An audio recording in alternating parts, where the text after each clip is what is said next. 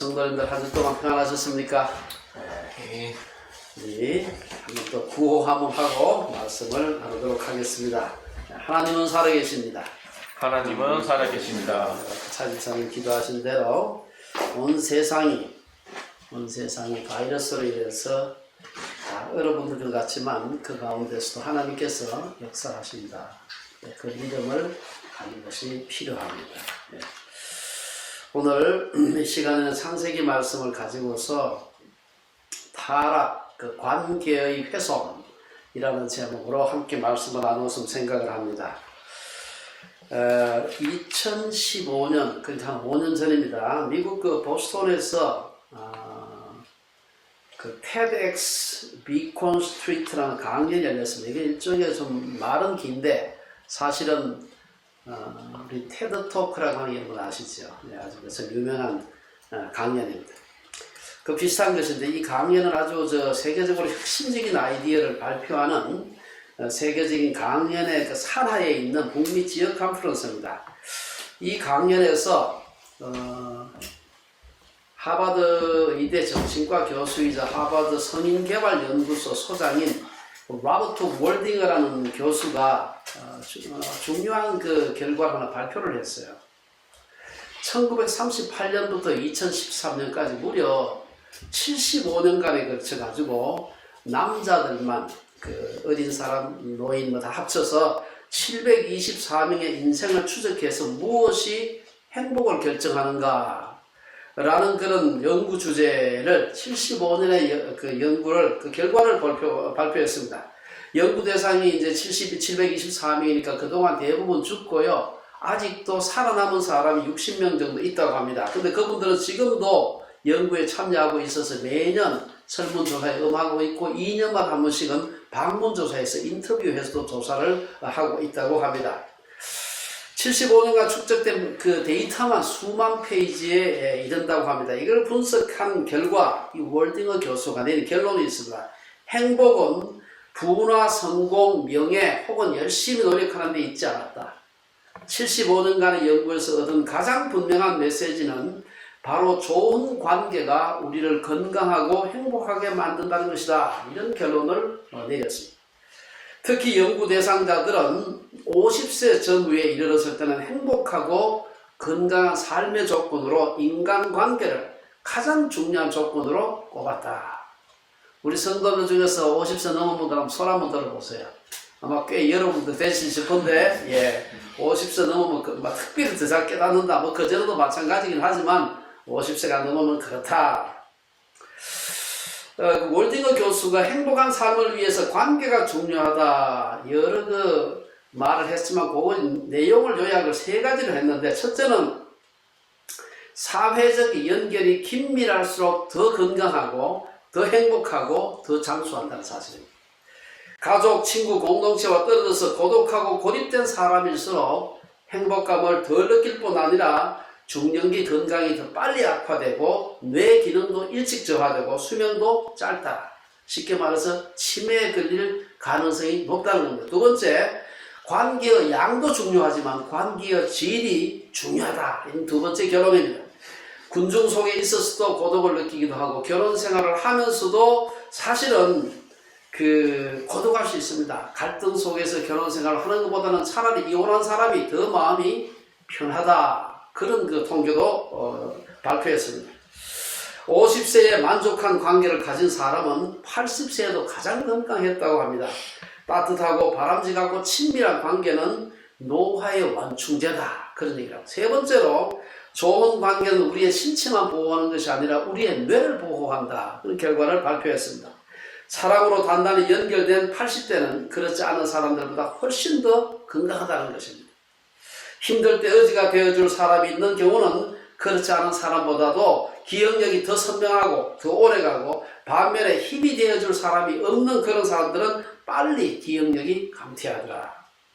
역시 치매에 걸릴 가능성이 높다는 말이죠. 사실 저희 아내가 오늘 이제 오후에 한국에서 옵니다만은 저희 장모님이 지난 그 4년 반 전에 장인 어른이 세상을 떠났어요. 이제 혼자 있죠. 자녀들도 다 떠났고 그 외롭게 그냥 아파트에 혼자 사시는 거예요. 유일한 소망이 동네 그 가까이 있는 교회에 우리 졸업생 중에 김성민 목사님 있는데 그 김성민 목사님 아버님이 목회하시는 교회가 꼭 걸어갈 수 있는 교회 위치에 있어요. 그래가지고 참 그게 유일한 낙이고 그 성도들하고 교제하는 거 그건 자주 못하잖아요. 그 교제가 유일했어요. 근데 급속도로 빨리 내가 축소되고 MRI 찍어보니까 내가 굉장히 빨리 축소했다는 그런 결과가 나왔습니다. 그러니까 치매 증세가 지금 나타나게 되고 사실 저희 아내가 가서 고생을 상당히 많이 하고 결국은 특수 요양원에 모시고 왔습니다. 젊은 시절에는 대부분 돈과 명예, 성취가 행복을 보장할 것이라고 믿지만 이 연구 결과는 의지할 가족이 있는 친구가 있는 공동체가 있는 사람들이 가장 행복한 삶을 산다라는 것을 보여주었습니다. 사실 이거는요 이 대단한 하버드에서 연구하기 전에 우리가 상식적으로 다 알고 있는 거예요. 옛날부터 알고 있는 겁니다. 중요한 것은 우리 상식적으로 알고 있는 것을 75년간에 724명을 대상으로 해서 방대한 연구를 정량적으로 해서 하버드 대학에서 교수가 발표했다는 거예요. 그걸 정량화시켜서 결정적인 증거를 제시했다는 것입니다. 관계가 행복의 열쇠라는 거 우리가 다 알고 있는 것이죠. 오늘 우리는 깨어진 관계로 인해서 얼마나 고통을 당하고 있는지 모릅니다. 우리 아까 차집사님 기도했습니다만 오늘날 인터넷이나 유튜브에는 증오와 분노의 메시지가 넘치고 있습니다. 가정에서 깨어진 관계를 보여주는 대표적인 통계가 뭡니까? 이혼율입니다. 제가 그 작년이 아니고 2018년 제가 한국 통계청에 나온 통계를 보니까 2018년에 한국의 혼인 결혼 건수가 25만 7,600건. 그 중에 그 중은 아니고 그 한 해 동안 또 이혼 건수가 얼마냐면 10만 8,700건이에요. 이거 한국 통계청에 있는 자료입니다. 여러분 이혼이 그냥 뭐 밥 먹듯이 그렇게 하는 게 아니잖아요. 이혼되기까지 얼마나 고통 가운데 있다가 이혼을 합니까? 사람들의 사회가 왜 이렇게 되었을까? 왜 이렇게 깨어진 사회가 되었을까? 오늘 이 창세기 3장은 깨어진 관계가 어디에서 유래했는가 하는 것을 우리에게 얘기하고 있습니다. 보시기에 심히 좋도록 하나님의 창조 세계였지만 이 창조 세계에 먹구름이 덮이게 된 사건이 바로 인간의 타락이었다. 하나님이 금하신 그 선악을 알게 하는 지식의 나무 열매를 먹음으로 인간에게는 여러 가지 변화가 일어났습니다. 지적으로, 정서적으로, 영적으로 변화가 일어나게 되는데 이를 한마디로 요약하면 관계가 깨어진 것입니다. 하나님과의 관계, 인간과의 관계, 피조세계의 관계가 훼손된 것입니다. 그래서 오늘 우리가 짧은 그 본문입니다만 한번 살펴보겠습니다. 7절부터 살펴보게 되면은 타락 후에 아담과 하와의 눈이 밝아졌다. 이 말은 하나님과의 관계가 깨어진 후에 아담과 하와가 하나님과 무관하게 자기 스스로 자기가 절대 판단을 하는 존재가 되었음을 의미하는 것입니다. 눈이 밝아져 자기들이 벗은 줄을 알았다. 무슨 얘기입니까? 관계가 깨어졌다는 말입니다. 사실은 옷을 벗었더라도 여러분 집에서 샤워를 하거나 할 때 아니 혼자 샤워실에 가서 옷 벗고 있어도 아무런 부끄러움을 느끼지 않습니다. 하지만 아담과 하와가 벗은 줄을 알고 무화과나무 잎을 엮어 치마를 만들어서 입었다는 사실은 아담과 하와의 온전한 하나됨이 깨어졌다는 것을 의미하는 것입니다. 너와 내가 하나가 아니라 남이라고 생각하니까 부끄러움이 생긴 거예요. 그러니까 그것을 가려야 되죠. 둘이 완벽한 하나됨 속에서 죄로 인해 개별적인 존재로 완벽한 하나됨에서 죄로 인해서 개별적인 존재로 분리됐다. 그러니까 너와 내가 다르니까 옷을 입어야 되는 것입니다. 분리하고 분열시키는 것이 원래 죄의 속성입니다. 너와 내가 다르다는 것이죠. 너와 내가 서로 다른 존재이기 때문에 무언가로 가려야 된다는 것입니다. 너와 내가 남이라는 생각을 갖기 시작하는 것, 이것을 좀 어려운 말로 타자성이다, 어드네스다, 그렇게 얘기합니다. 무화과나무 잎으로 엮어서 만든 치마는 범죄한 인간의 부끄러움과 두려움을 극복하기 위한 인간 사회의 도덕, 종교, 문화, 풍습 이런 것들을 상징한다고 할 수 있습니다. 생각해보면 우리는 날마다 다른 사람들에 대해서 어떤 부분은 가리고 어떤 부분은 드러내기 위해서 어떤 일을 하죠. 그게 바로 화장입니다. 화장. 산속에 혼자 사는 사람은 날마다 그렇게 한 시간씩 앉아서 화장하지 않습니다. 무화과나무 앞 치마는 인간 사이의 타자성을 가리는데 사용된다. 무화과나무 치마의 상징성은 우리 공동체도 그대로 적용됩니다. 여러분, 좋은 공동체가 뭡니까? 좋은 공동체일수록 멤버들과 자신의 부끄러운 상황이나 과거를 나누는데 주저함이 없어야 합니다.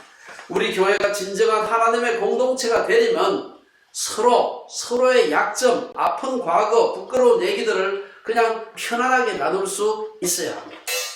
여러분, 지난 주일날 우리 주보이신 양선모 집사님의 간증을 읽어보셨는지 모르겠어요.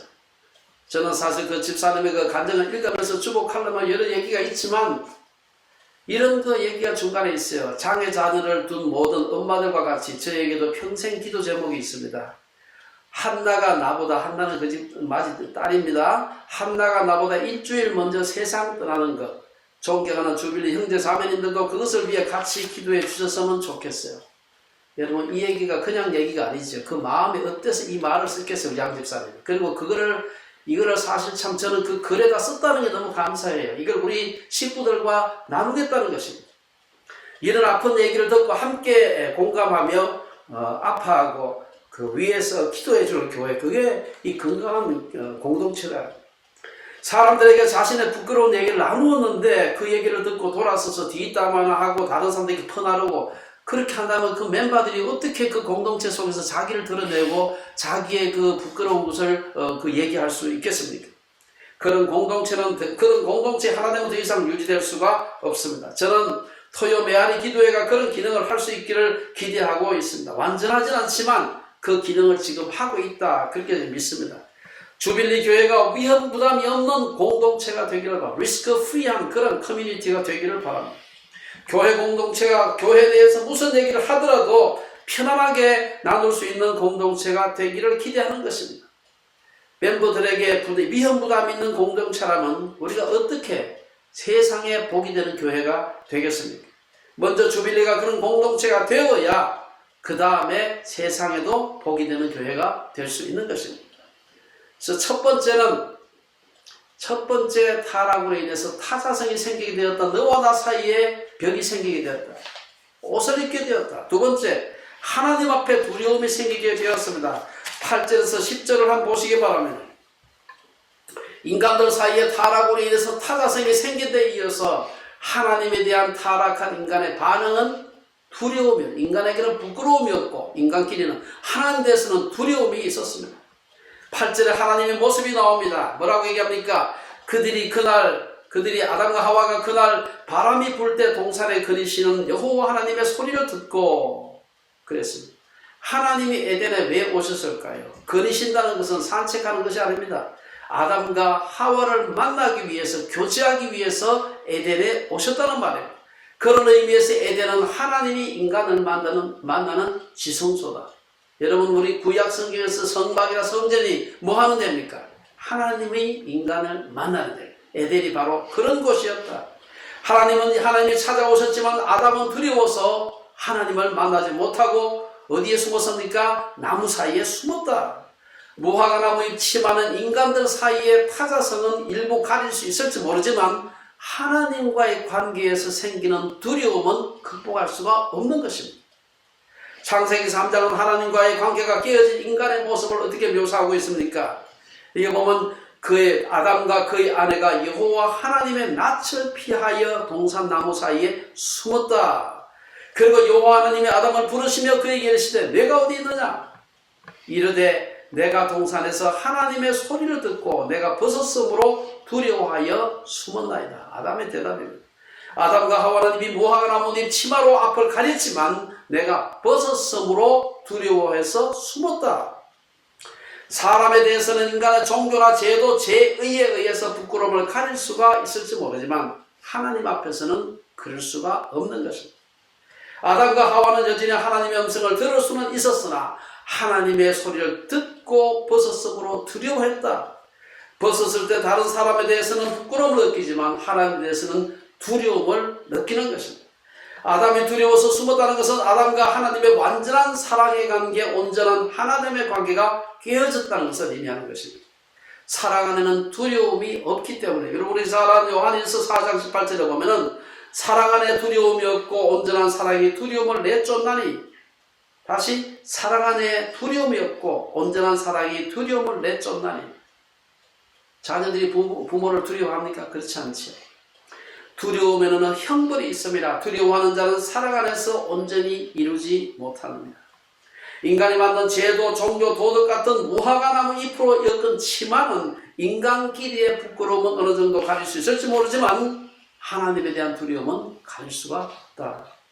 원래 인간은 하나님과도 하나였는데 죄로 인해서 분리된 것입니다. 죄로 분리된 사람의 감정, 첫째는 부끄러움, 둘째는 두려움입니다. 우리가 하나님을 만났다고 생각하면 두려움을 느끼는 것입니다. 여러분, 베드로가 처음 예수님을 만났을 때 게네사렛 호숫가에서 고기 잡다가 만났죠. 그때 도대체 고기가 잡히질 않아 밤새 수고했는데, 근데 예수님께서 말씀하신 대로 깊은 데로 가서 그물을 던졌을 때 엄청나게 잡았습니다. 그물을 끌어올리지 못할 만큼. 그때 그 예수님의 그 신성을 경험하고 그 앞에 선 베드로의 반응이 바로 누가복음 5장에 나옵니다. 뭐라고 얘기합니까? 베드로가 두려워하면서 예수의 무릎 아래에 엎드려 이르되 주여 나를 떠나소서 나는 죄인이로소이다. 5장 8절에 그렇게 고백하고 있습니다. 여기서 죄란 뭡니까? 이것은 윤리적인 죄가 아니라 인간과 하나님 사이에 존재하는 존재론적 두려움입니다.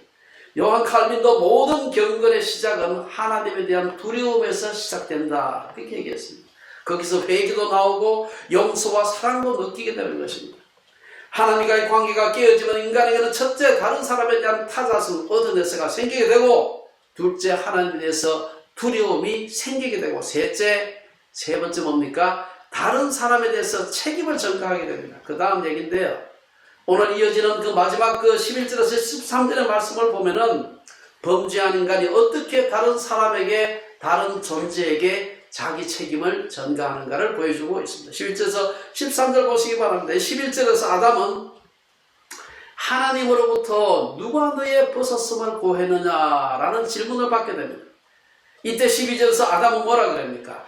여자 그가 그 나무 열매를 내게 주므로 내가 먹었나이다. 여기서 여자 그가 이 말은 그 나무 열매를 먹게 했던 여자 그가 라는 말은 하와와의 타자성을 나타내는 말입니다. 즉 하나됨의 관계가 깨어졌다는 것이에요. 우리 지난번에 몇 주 전에 공부를 했습니다만은 2장에서 창세기 2장 23절에 뭐라고 얘기합니까? 이는 내 뼈 중에 뼈, 살 중에 살이라. 이것을 남자에게서 취하였은 즉 여자라 하리라. 여러분, 그런 우리 그 부부간에 고백해 본 적이 있습니까? 이 얼마나 대단한 사랑의 고백인지 모릅니다.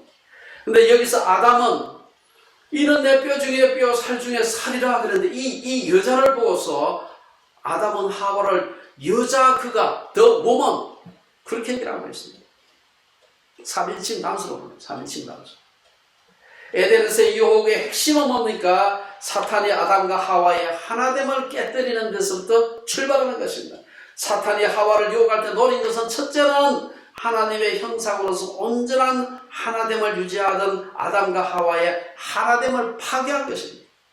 둘째는 하나님과 같이 스스로가 절대 판단의 기준이 되고자 하는 신적 욕망을 자극해서 선악과를 먹게 된 것입니다. 부부의 하나됨이 깨어지면서 모든 유혹이 시작되었으면 에덴에서나 지금 우리 사회에서는 마찬가지입니다. 부부관계가 든든하면은 하시는 가난도 크게 문제가 안 돼.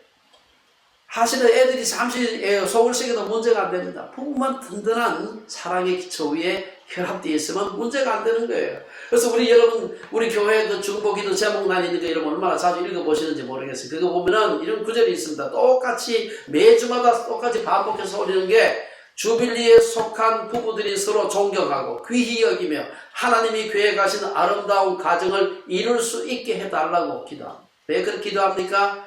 그래야 사탄이 틈타지 못해요. 하나님은 먼저 아담에게 선악과 먹은 데 대해서 책망하시고 이에 대해서 아담은 12절에서 그 책임을 하와에게 돌렸죠. 정말 아담이 선악과를 따먹은 것이 순전히 하와 때문이었을까? 제가 이 말씀을 가만히 묵상하면서 다시 본문을 다시 자세히 살펴봤어요. 그런데 두 가지를 우리가 생각해요. 여러분, 남자들은 이 생각해야 됩니다. 내가 여자 때문에 먹었다 이 생각하시면 안 돼요. 첫째는 하와가 유혹받는 현장에 아담도 있었다는 사실 꼭 기억해야 됩니다. 제가 이 사실 여기 많이 일렀는데 처음 알아서 이거를 3장 6절에 보면은 여자가 오늘 본문은 아닙니다만 본문 바로 직접 지난주 설교했던 내용이에요. 3장 6절에 보면 여자가 그 나무를 본즉 먹음직도 하고 보암직도 하고 지혜롭게 할 만큼 탐스럽기도 한 나무인지라 여자가 그 열매를 따먹고 그 다음 보세요. 자기와 함께 있는 남편에게도 주매 그도 먹은지라. 그 유혹을 받고 있는 현장에 사실은 아담도 같이 있었어요. 뭐 바로 옆에 딱 붙어 있지는 않을지 모르지만 그 근처에 있었습니다. 그래서 자기와 함께 있는 남편에게도 주었다. 이 표현이 있었어요. 제가 원어도 찾아보니까 같은 얘기예요. 아담에게도 범죄를 방조한 책임이 있었다는 것이지. 그런데 아담은 하와에게 그가 줘서 내가 먹었다.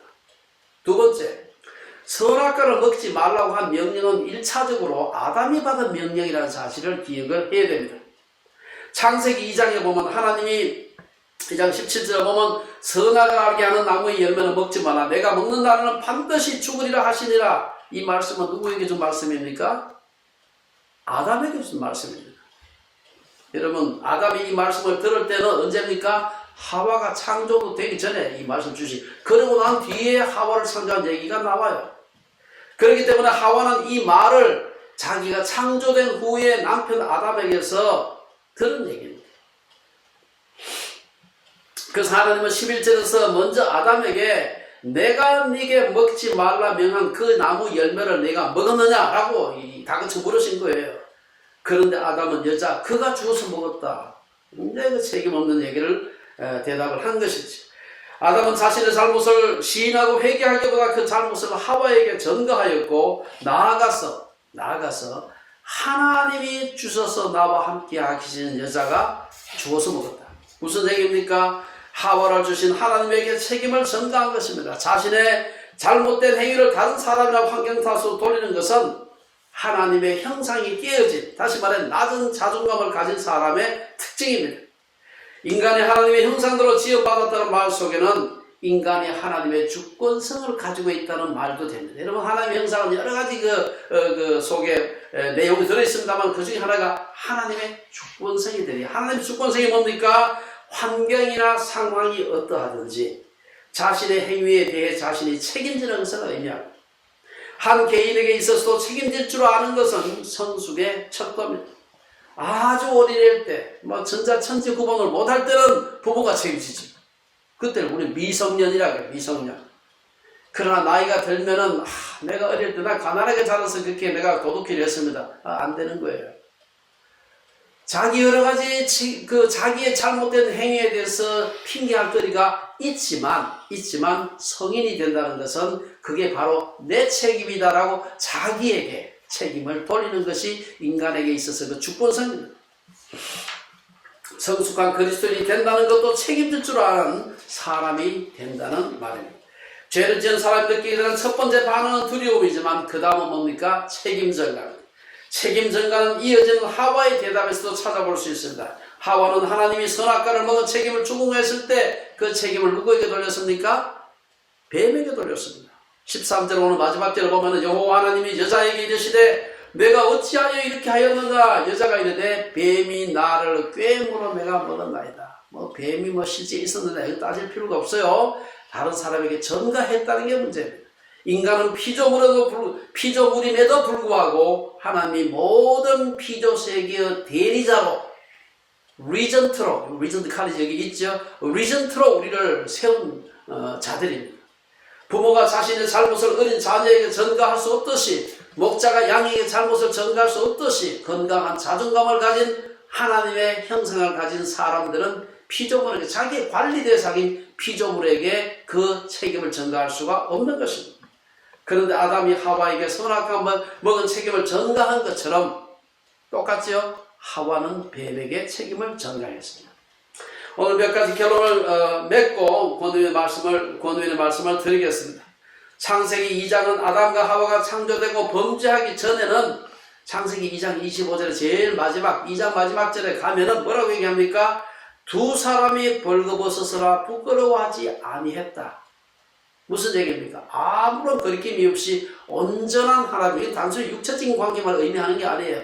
온전한 하나님, 그야말로 허물 없는 리스키 프리한 그런 관계였습니다. 하지만 선악과를 먹고 타락한 후 아담과 하와는 부끄러움을 느끼게 되었습니다. 타자성이 생기게 되었다는 것이죠. 하나됨이 깨어졌다는 것입니다.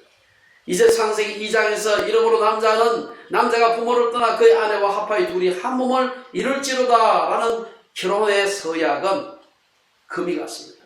너는 너고 나는 나다 라는 감정이 생길 것이지요. 이 부끄러움은 인간이 경험한 최초의 정서였습니다. 죄는 아담과 하와의 관계만을 깨뜨린 것이 아닙니다. 그래서 하나님께 대해서 두려움을 느끼게 했습니다. 하나님이 선악과를 따먹지 말라고 한 것이 무슨 뜻입니까? 우리가 몇 주 전에 말씀을 드렸어요. 이것은 나는 너의 하나님이고 너는 나의 피조물이고 너는 나의 아들이다 하는 것을 확인해주는 증표가 선악과입니다.